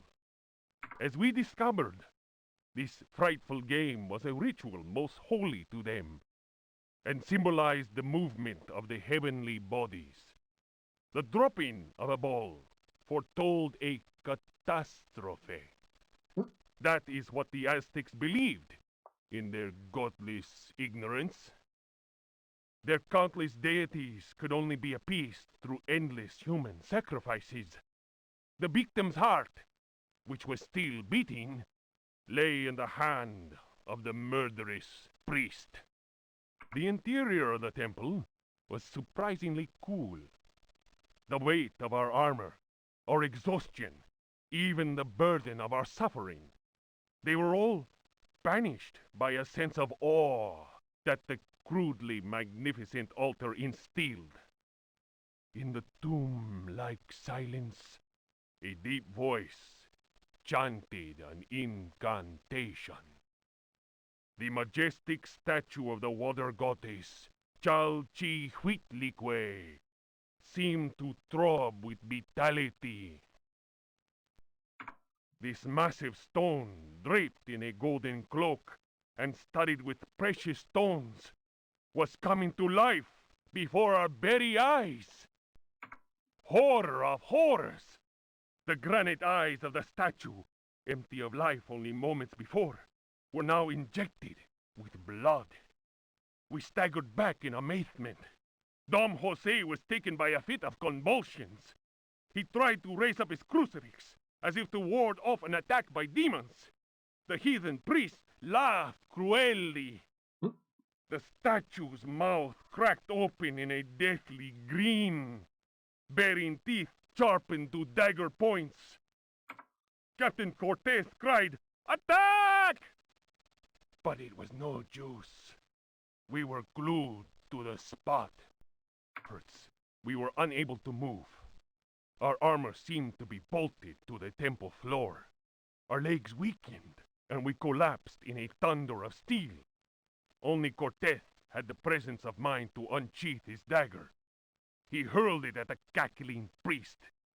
4 inches of the finest Toledo steel buried itself in the heathen's face. His blood spurted, splashing the now lifeless idol. We picked ourselves up with difficulty. Never will I forget that terrible moment. My companions, naturally enough, told tales of devilish enchantments cast upon our armor. Whatever the truth of that, I could not deny that the supreme god of the 4th universe had treated us as mere playthings. I am convinced that a terrible energy is yet contained within that heathen statue. A power strong enough to change a proud conquistador into a helpless puppet. Drawing of Chalchihuitlicue by Dom Jose de la Sierra, done before the destruction of the Aztec temple of Tenochtitlan. So that's the wee statue in the other room that I didn't have room to pick up. Good to know.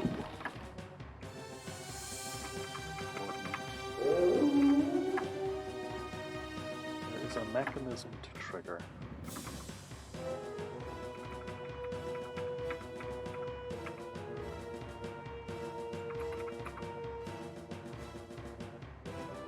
Well.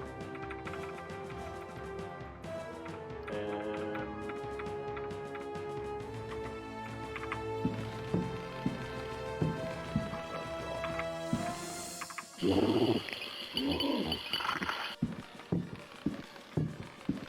you not, please?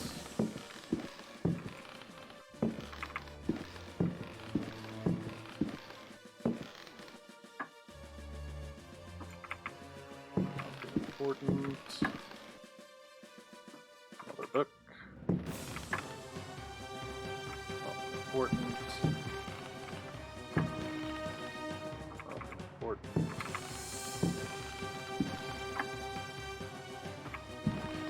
Oh, there he is. Oh, crikey. Nope, nothing there.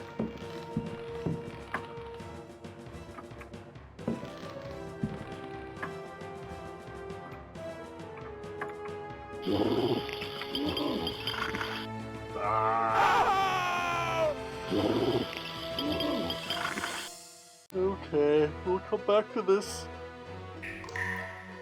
next week. Maybe next Friday.